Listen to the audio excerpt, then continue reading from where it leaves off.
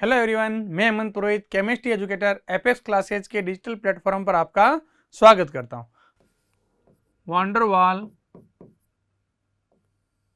समीकरण। अब देखो, वान डेर वाल समीकरण जो है इसको लिख देते हैं पहले और फिर इसका अपन व्युत्पन्न भी करेंगे।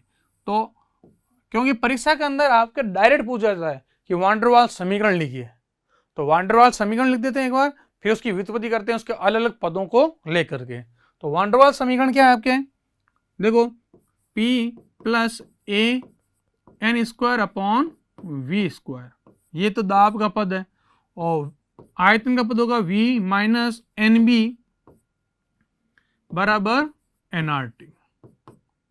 ये कौन समीकरण हो गया आपके, ये आपकी वान डेर वाल समीकरण है। कौन समीकरण है? वान डेर वाल गैस समीकरण। ठीक है। अब वान डेर वाल गैस समीकरण की व्युत्पत्ति करते हैं कि वान डेर वाल गैस समीकरण में सर ये पद कहां से आया, ये पद कहां से आया। ठीक है, तो सभी पदों को हम देखते हैं और फिर इसका व्युत्पन्न करते हैं। तो डायरेक्ट आपको ये समीकरण भी याद होनी चाहिए। तो देखो क्या ठीक हो जाएगा आपके वान डेर वाल समीकरण की व्युत्पत्ति। वान डेर वाल समीकरण बोल दो चाहे वान डेर वाल गैस समीकरण बोल दो, एक ही बात है। वान डेर वाल समीकरण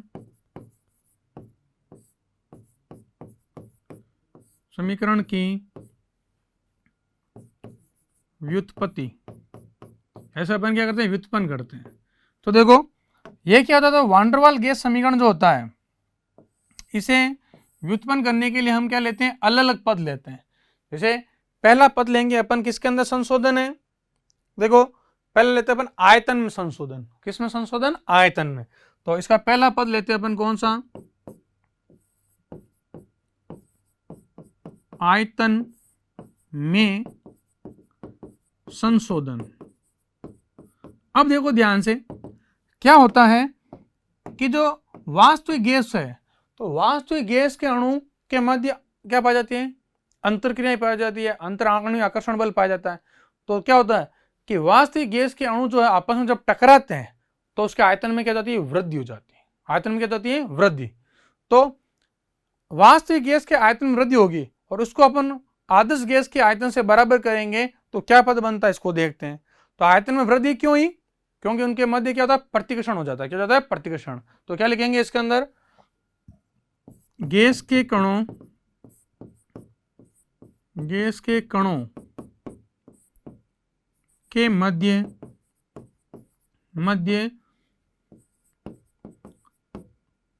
अन्योन्य क्रियाओं के कारण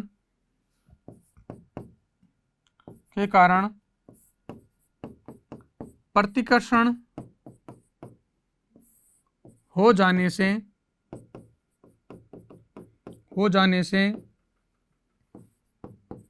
वास्तविक गैस के आयतन में वृद्धि हो जाती है। अब देखो ध्यान से, तो किसका आयतन आपके बढ़ गया है, वास्तविक गैस का। तो हमारे पास क्या पद बनेगा, अगर मान लो एक तो आपके पास में आइडियल गैस है, क्या है, आइडियल गैस। तो आइडियल गैस का आयतन तो आपके पास क्या है, वी आई, आइडियल गैस के लिए। और इसमें जो रियल गैस है इसको अपन आर से ले ले रहे हैं, यानी इसको वास्तविक गैस लिख रहे हैं। तो वास्तविक गैस का आयतन क्या है, अधिक है। तो इस वास्तविक गैस का आयतन में से क्या करना पड़ेगा, कुछ कम करना पड़ेगा। तो हम यहां क्या करते थे, इसको बी यहां से घटा देते हैं, बी कम कर देते हैं। तो क्या हो जाएगा यहां पर, यह जो बी है, ये जो बी है भाई, क्या हुआ, वास्तविक गैस के आयतन में वृद्धि है और आपको आदर्श गैस और वास्तविक गैस को बराबर करना है। तो इसके आयतन में से कुछ कम करेंगे और जो बी है वो आपको कहलाता है संशोधित आयतन। क्या कहलाता है, संशोधित आयतन। क्या कहलाएगा, है संशोधित आयतन। ठीक है, तो पहला हुआ आपके आयतन में संशोधन, ये इसलिए पद आता है। अब इसमें कुछ नहीं है, n कहां से आया कि यदि गैस का मोल n हो, गैस का मोल क्या हो, n हो, तो n का पद यहां पर भी रख देते, यहां रख देते और यहां पर भी आ जाएगा। ठीक है, अब देखो ये तो आयतन में संशोधन। दूसरा पद चलेगा आपके किसके लिए, दाब में संशोधन। किसमें चलेगा, दूसरा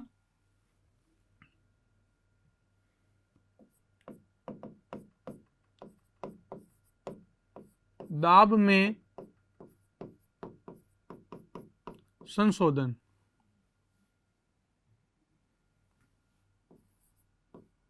अब देखो क्या होता है, इसे हम एक डायग्राम से देखेंगे कि जैसे मान लो कोई पात्र है, देखो इस पात्र के अंदर क्या कर दिया गया है, आपके कोई गैस भरी हुई, ये जो पात्र है इसमें कोई गैस भरी हुई है। तो क्या हो रहा है, देखो इसके अंदर कि मान लो यहाँ कोई कण है, ये कण क्या कर रहा है, आपके बाएं दाएं चारों तरफ क्या कर रहा है, आकर्षित कर रहा है अन्य कणों को, कंपन कर सकता है, गुणन कर सकता है। और एक कण यहाँ है, ये क्या कर रहा है, एक कण तो यहाँ पर है, इस पर संतुलित बल लग रहा है, और ये कण जो क्या कर रहा है, आपके दीवार की तरफ दाब डाल रहा है। तो ये जो कण है, ये मध्य का जो कण है, इस कण को क्या करेगा, आकर्षित करेगा, इस कण को क्या करेगा, खुद की ओर क्या करेगा, इसको अपनी ओर आकर्षित करेगा, ये खींचेगा। तो इस पर तो कैसा बल लग रहा है, संतुलित बल। कैसा लग रहा है इसके अंदर, संतुलित आकर्षण बल लिख दो, आकर्षण बल है इसके ऊपर। ठीक है, और ये इसको क्या कर रहा है, खींच रहा है। तो क्या होगा, देखो जब बाहरी दीवार की तरफ जो पाए जाने वाले कण है, उसको आंतरिक कण क्या कर रहे हैं, अगर आकर्षित कर रहे हैं, तो दाब में क्या हो जाएगी, कमी हो जाएगी, इसलिए क्या जाती है, दाब में कमी। तो हम यहां क्या लिख सकते हैं कि गैस के कणों द्वारा अन्य कणों को अपनी ओर आकर्षित करने के कारण दाब में कमी आ जाती है। तो क्या लिखेंगे,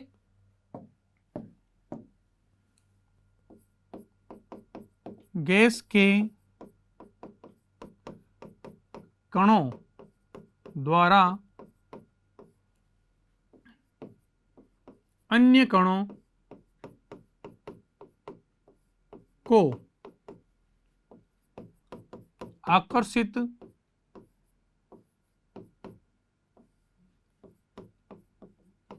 करने के कारण, आकर्षित करने के कारण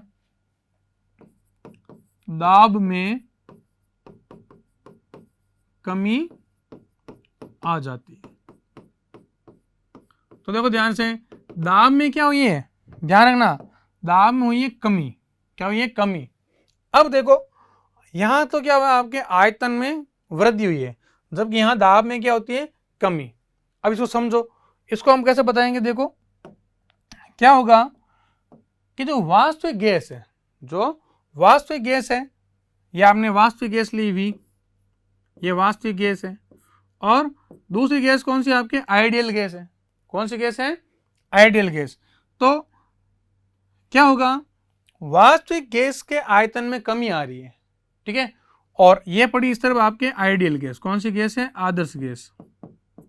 तो क्या करें, इसका आपके जो दाब है, प्रेशर, अब आपको दाब के पद के अंदर लेना है, तो क्या लिखेंगे, इसका जो प्रेशर है किसका है, ये वास्तविक गैस का, और इधर कौन सा, आपके आदर्श गैस का। तो बताओ क्या करें, किसको किस में से घटाएं, वास्तविक गैस के आयतन में कमी हुई, तो इसके आयतन में भी क्या होता है कि यहाँ पर आपके कमी। तो इसको हम दर्शाएंगे स्मॉल पी से। किसे दर्शा रहे हैं, स्मॉल पी से। ध्यान रखना, ये कैपिटल पी है और ये स्मॉल पी होगा। ठीक है, बनाओ इसको। अब ये जो स्मॉल पी है, इसे हम क्या कहेंगे, संशोधित, ये होगा आपके संशोधित दाब। क्या कहलेगा, संशोधित दाब। तो देखो ध्यान से,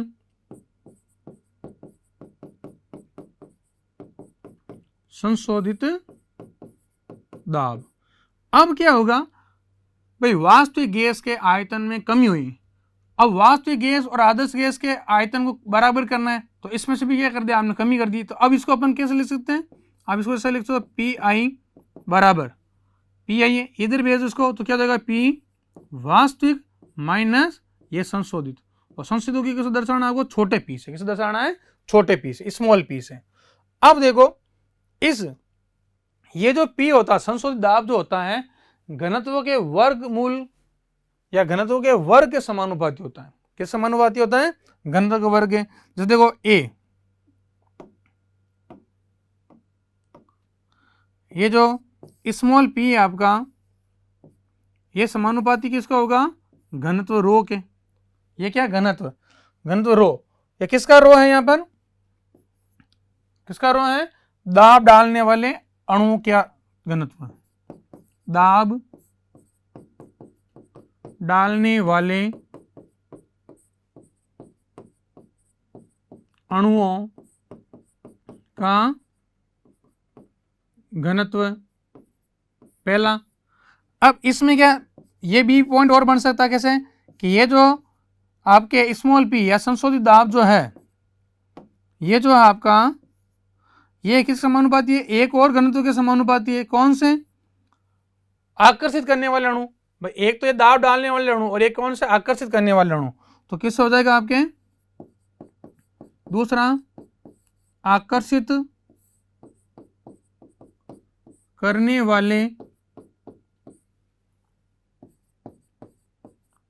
अणुओं का घनत्व इन दो पर डिपेंड कर रहा है।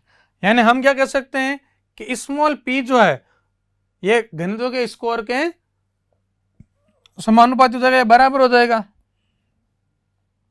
तो क्या लिखेंगे?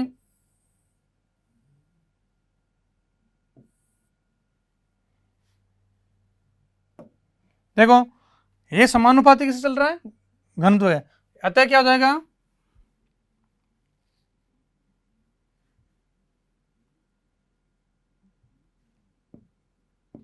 क्या लिखेंगे? अतः जो आपका स्मॉल p है वो समानुपाती क्या हो जाएगा? रो के स्क्वायर के, घनत्व के स्क्वायर के। अब ये जो घनत्व जो होता है आप जानते हो कि जो घनत्व है ये क्या होता है? बताओ। द्रव्यमान बटा आयतन। द्रव्यमान बटा आयतन। और यदि मान लो द्रव्यमान को अपन किस में ले? मोलों की संख्या, 1 मोल 2 मोल 3 मोल, तो इसको द्रव्यमान को अपन किस लिख सकते हैं? n से, और आयतन को v से। तो अगर मान लो घनत्व का स्क्वायर है तो इस द्रव्यमान और आयतन का भी क्या होगा? स्क्वायर होगा। तो इसका भी स्क्वायर होगा और इसका भी स्क्वायर होगा। होगा नहीं होगा? अब इसकी वैल्यू पुट कर दो। यानी अपन क्या ले सकते हैं? स्मॉल p जो है समानुपाती क्या जाएगा? n square upon v square. और समानुपाती को हटाएंगे तो क्या आएगा? एक स्थिरांक आएगा। तो क्या बन जाएगा बोलो? Small p equal to a n square upon v square. अब इस स्मॉल p की वैल्यू इस समीकरण के अंदर रख दो। मान लो ये जो समीकरण आपके, ठीक है। अब यहां ध्यान रखना है कि आइडियल केस में हमने इधर p भेजा तो ये किसका जाएगा आपके? ये आपका प्लस का हो जाएगा। ये वास्तविक केस है ना, दोनों को बराबर किया। अब आइडियल को इधर भेज दिया हमने तो ये इस तरफ आएगा तो क्या बन जाएगा? प्लस का। अब इसके अंदर मान लो ये समीकरण कौन सी आपकी? सो समीकरण मान ले अपन 1। तो समीकरण 1 में स्मॉल p का मान रखने पर क्या जाएगा बोलो? समीकरण 1 में स्मॉल p का मान रखने पर, मान रखने पर तो क्या जाएगा आपके? बोलो क्या इक्वेशन आएगी? पी आई, ये तो बड़ा है p, ये भी p कैसा है? दूसरा वाला ये भी बड़ा है। ये किसको दर्शाता है? वास्तविक गैस को। प्लस क्या इक्वेशन है आपके पास? a n square upon v square. और यही आपके ये पद कहाँ दिख रहा है आपको? वान डेर वाल गैस समीकरण में दिख रहा है। दिख रहा है नहीं दिख रहा है? तो देखो वान डेर वाल समीकरण में दाब का पद जो है p plus a n square upon v square, और ये पद कहाँ दिख रहा है आपको? आयतन वाले पद के अंदर। तो देखो वापस देखो इसको, क्या हुआ कि एक पात्र में कोई गैस भरी हुई है तो गैस के कण क्या करते हैं? पात्र की दीवार पर दाब डालते हैं। अब ये जो बीच के जो कण है जो संतुलित है वो क्या कर रहे हैं? जो दाब डालने वाले कण उसको क्या करते हैं? आकर्षित करते हैं। तो क्या होता है कि गैस के कणों द्वारा अन्य कणों को आकर्षित करने के कारण दाब में कमी हो जाती है। यानी क्या हुआ, ये कण क्या कर रहा है, इस कण को अपनी ओर आकर्षित कर रहा है, इसलिए दाब में क्या होगी, कमी होगी। अब वास्तविक गैस के आयतन में कमी हुई है, तो आदर्श गैस को बराबर करने के लिए हम क्या करेंगे, आदर्श गैस में से भी घटाएंगे। जैसे वहां वृद्धि की थी, वहां भी उल्टा करके बताया था। तो वास्तविक गैस का जो आयतन होगा आदर्श गैस में से कुछ घटाएंगे, जब जाकर के बराबर होगा। अब आपने क्या किया, आदर्श गैस जो है ये इस तरफ लिया आइडियल के रूप में, और ये वास्तविक गैस है, इसमें से संशोधित दाब को आपने इधर भेज दिया, तो किसका आगे अंदर आएगा, प्लस में। अब ये जो स्मॉल पी यानी संशोधित दाब जो है वो घनत्व के समानुपाती है। पहला कौन सा घनत्व आ रहा है, दाब डालने वाले अणुओं के घनत्व, यानी इस अणु के घनत्व के समानुपाती है। फिर ये जो अणु है आकर्षित करने वाले अणुओं का घनत्व है, यानी इसके भी घनत्व के समानुपाती है। अब इसको हम क्या कह सकते हैं कि जो संशोधित दाब जो P है वो घनत्व के वर्ग के समानुपाती है। फिर घनत्व जो होता है क्या होता है, द्रव्यमान बटा आयतन, D बराबर m/v, द्रव्यमान बटा आयतन। द्रव्यमान को अपन मोल के अंदर ले रहे हैं कि 1 मोल 2 मोल 3 मोल, तो क्या हो गया, द्रव्यमान स्क्वायर और आयतन का स्क्वायर। अब जो संशोधित दाब जो है वो किसके समानुपाती है, n²/v² के समानुपाती हटाए तो क्या है, स्थिरांक आ गया, और यही वैल्यू हमने कहां रख दी, इस P की जगह रख दी, तो आपके संशोधित दाब भी आ गया। इसलिए आपके ये समीकरण में वान डर वाल गैस समीकरण के अंदर ये इक्वेशन आती है। ठीक है, तो हम क्या लिख सकते हैं, अगर मान लो क्या लिखेंगे कि जो संशोधित दाब व संशोधित आयतन, संशोधित दाब है संशोधित आयतन का मान आदर्श गैस समीकरण में रखने पर निम्न समीकरण प्राप्त होती है। तो क्या लिखेंगे,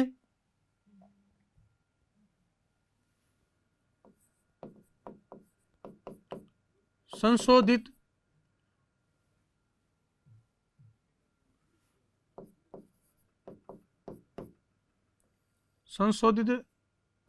दाब व आयतन के मान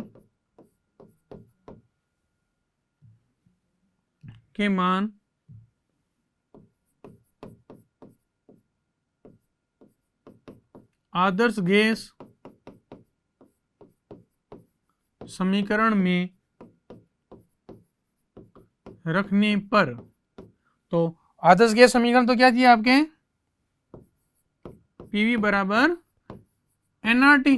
अब P की वैल्यू क्या है भाई आपके, देखो P की वैल्यू ये P आइडियल, यानी ये आइडियल ना, अरे भाई ये आपके आइडियल के लिए ये भी आई है ये भी आई है, तो पी आई की वैल्यू क्या है आपके पास में, वास्तविक या P प्लस ए एन का स्क्वायर, यानी क्या आ गया, P प्लस ए एन का स्क्वायर अपॉन v², ये एक पद बन गया।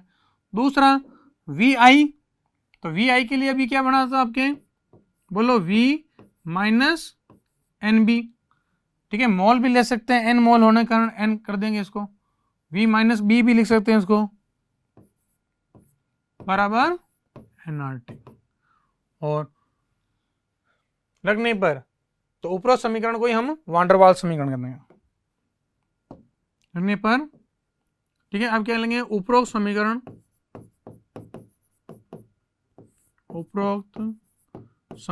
को ही वान डर वाल समीकरण कहते हैं। तो वान डर वाल समीकरण का व्युत्पन्न भी बता दिया, और आपको डायरेक्ट वान डर वाल समीकरण याद भी होने चाहिए। तो ये हुआ आपके वान डर वाल समीकरण और वान डर वाल समीकरण की उत्पत्ति। अब एक क्वेश्चन करते हैं, इसके अंदर एक प्रश्न आता है, जैसे आपने जो दुर्बल प्रकार के हाइड्रोजन बंध पढ़ा ना, दुर्बल प्रकार का हाइड्रोजन बंध कौन कौन सा, एक तो द्विध्रुव पढ़ा था, ये पढ़ा था द्विध्रुव, प्रेरित द्विध्रुव, लंदन बल, वान डर वाल बंध, और एक पढ़ा था हाइड्रोजन बंध। तो प्रश्न आता है हाइड्रोजन बंध के कोई 4 अनुप्रयोग बताइए। तो क्वेश्चन लेते हैं,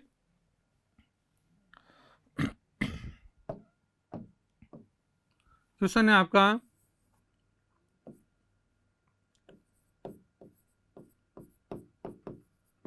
हाइड्रोजन बंध के कोई 4 अनुप्रयोग बताइए। 4 अनुप्रयोग बताइए। अब देखो ध्यान से, तो पहला अनुप्रयोग क्या है इसके अंदर, विलेयता। तो हल करेंगे इसे,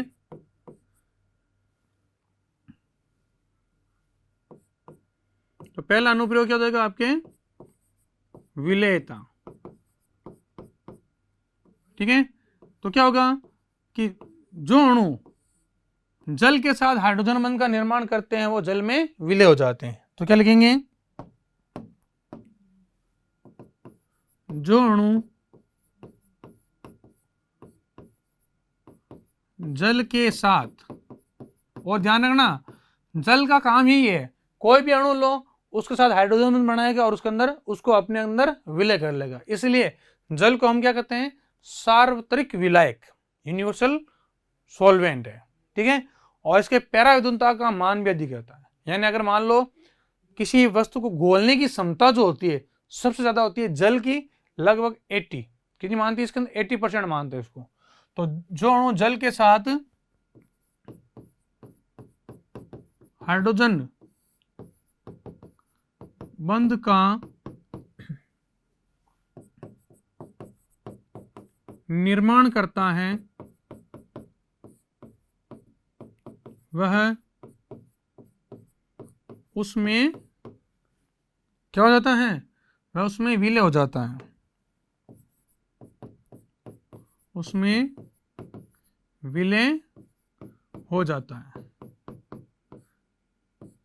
होता ही नहीं होता है, जैसे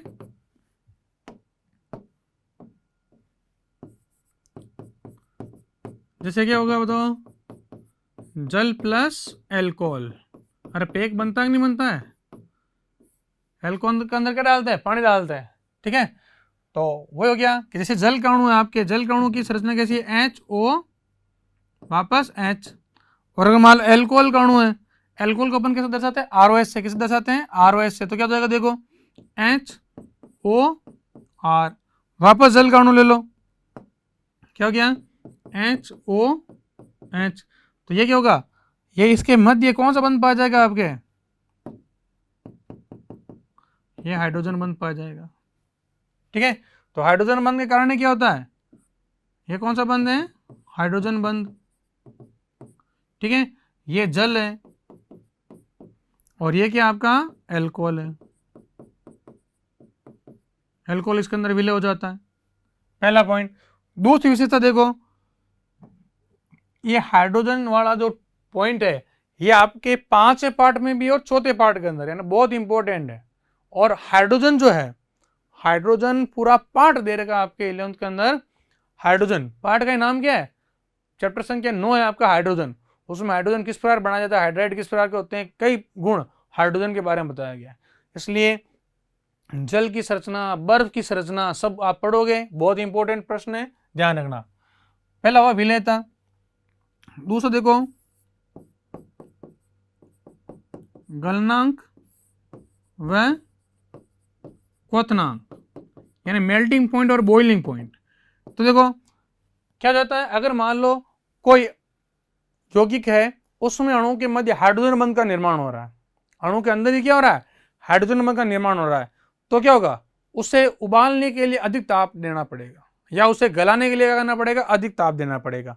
यानी हाइड्रोजन बंध से गलनांक क्वथनांक के मान उच्च हो जाते हैं। तो क्या लिखेंगे, हाइड्रोजन बंध से क्वथनांक बढ़ जाता है, क्वथनांक बढ़ जाता है। ठीक है, तीसरा देखो, तीसरा इसका अंदर आता है श्यानता। क्या आता है, श्यानता। श्यानता के दो या विस्कासिता के दो, क्या कहते हो इसे, विस्कासिता। तो देखो श्यानता या विस्कासिता क्या होती है, देखो कि जो द्रवों के प्रवाह का विरोध करने वाले गुण को हम श्यानता या विस्कासिता कहते हैं। यानी जो द्रव ज्यादा गाढ़ा होता है उसकी श्यानता या विस्कासिता उतनी ही अधिक होती है।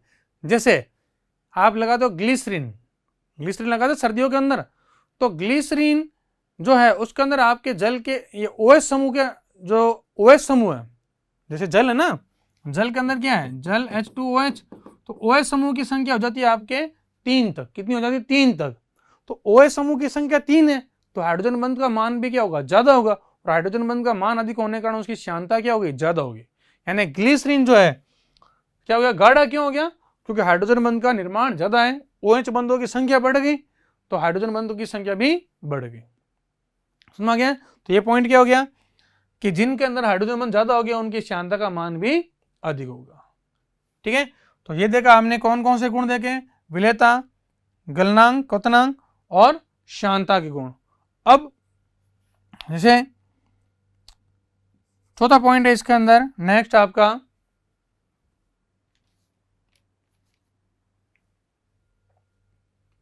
देखो चौथा पॉइंट होगा इसका भौतिक अवस्था। क्या होगा इसके अंदर, फिजिकल स्टेट, भौतिक अवस्था।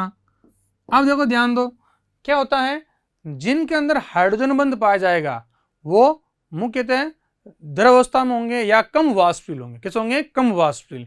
जैसे जल है उसकी वाष्पशीलता कम है, जबकि ईथर ले लो तो ईथर के अंदर क्या है भाई, स्प्रे करते हो आप, सेंट लगाते हो, ईथर है तो उसके अंदर क्या नहीं है, उसमें हाइड्रोजन बंध नहीं है। केवल क्या होता है, ईथर की संरचना को अपने से लिखते हैं ROR से, यानी इसके अंदर हाइड्रोजन बंध दिख रहा है कहीं, ऑक्सीजन या एल्किल समूह आएंगे, हाइड्रोजन बंध नहीं होगा। तो जिनमें हाइड्रोजन बंध नहीं होगा उनके अंदर वाष्पशीलता गुण ज्यादा पाया जाएगा। जैसे पेट्रोलियम पदार्थ है, तो पेट्रोलियम पदार्थ में भी क्या होता है, आपके इनमें भी हाइड्रोजन बंध नहीं होता है, इसलिए उनकी वाष्पशीलता अधिक होंगे। जिनमें तो क्या लिखेंगे, हाइड्रोजन बंध की अनुपस्थिति में पदार्थ कैसा होगा, वाष्पशील होगा। तो जैसे ईथर क्या हो गया, ईथर कैसा है आपके यहां, वाष्पशील। ये वाष्पशील क्यों है, H बंध की अनुपस्थिति, H बंध की अनुपस्थिति कारण।